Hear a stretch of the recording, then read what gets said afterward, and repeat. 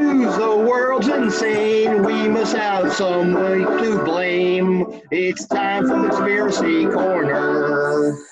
Put on your tinfoil hat with me. Tell me the latest conspiracy. It's time for Conspiracy Corner.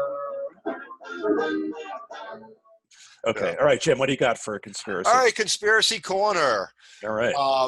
It's there's this craziness on both the left and the right. Folks, Joe Biden is not going to get elected and then move to the left. It's not happening. If it didn't happen in the past 50 years of horrible, racist, corporate warmonger, police-loving policy, it's not happening after he gets elected.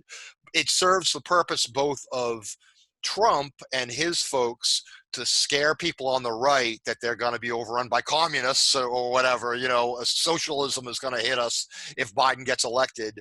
And we've got people like the Young Turks and others that are looking for a softer, gentler way to voter shame. So they're pushing this bullshit that Biden's going to get in there and we can work with him. He had these task force with AOC and Bernie, and good stuff came out of that. It's going to be the best time ever. We're going to have new federal programs. He's going to be the most progressive president since FDR. That's remember? what they're saying.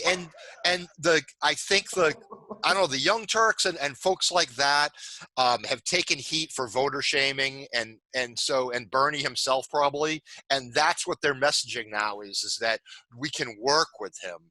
We can work with Biden to move progressive policies forward. And it's not happening, folks. It is not happening. I mean, if we write letters and everything and bet, you don't think he's going to turn around and just start being really progressive like FDR? Exactly. I mean, I think that's the biggest the biggest tactic that I've seen for voter shaming is that even I think it was Angela Davis. She was saying, I saw an interview she did on Democracy Now, that she was saying that you have to vote for who you think is most likely to move on the things that's most malleable, essentially, to whatever movement it is that you want to bring forth. But I don't think he's been clear enough in saying that if he gets elected, nothing is going to change. I don't think him saying that is clear enough. I don't think so. He would veto healthcare. He's going to veto, even if it passes Congress, that he would veto Medicare for all.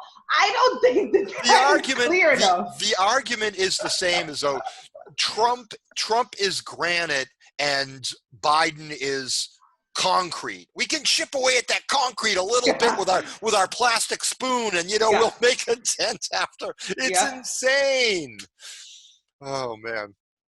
I know. I don't know. I feel like I've said it before that we're stuck between a rock and a hard place with these two, and it's the worst sort of situation because I don't feel that at this point that we can afford to have one of them two leading our country going forward.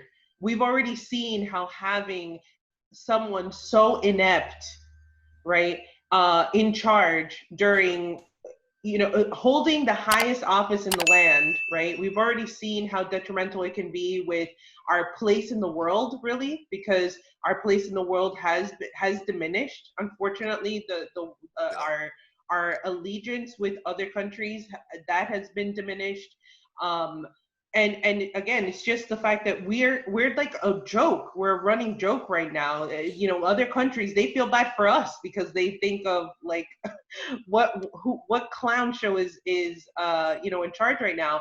But it's what people don't understand. It's not gonna change, or it's not gonna get any better under Biden. Biden is not this magician who's gonna magically make everything into unicorns and rainbows. Like, I want whatever it is they're consuming that makes them change. Like these psychedelics, I want some.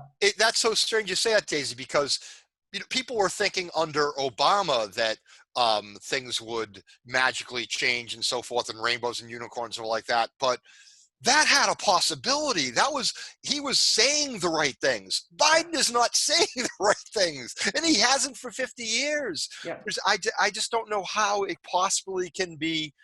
He has told voters how many times, go vote for the other person. Oh, yeah. Right? How many times? The whole black thing, that if you don't know if you're for me or for Trump, then you ain't black.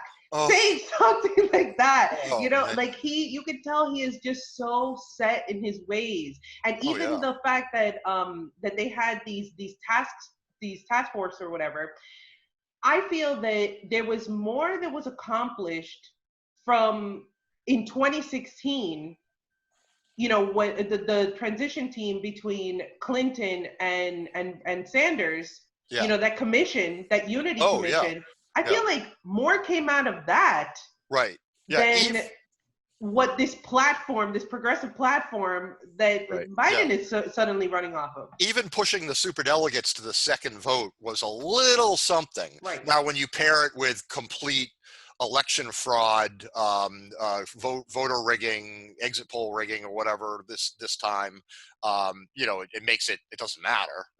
It doesn't matter those superdelegates on the second vote. Could I but share, that was something.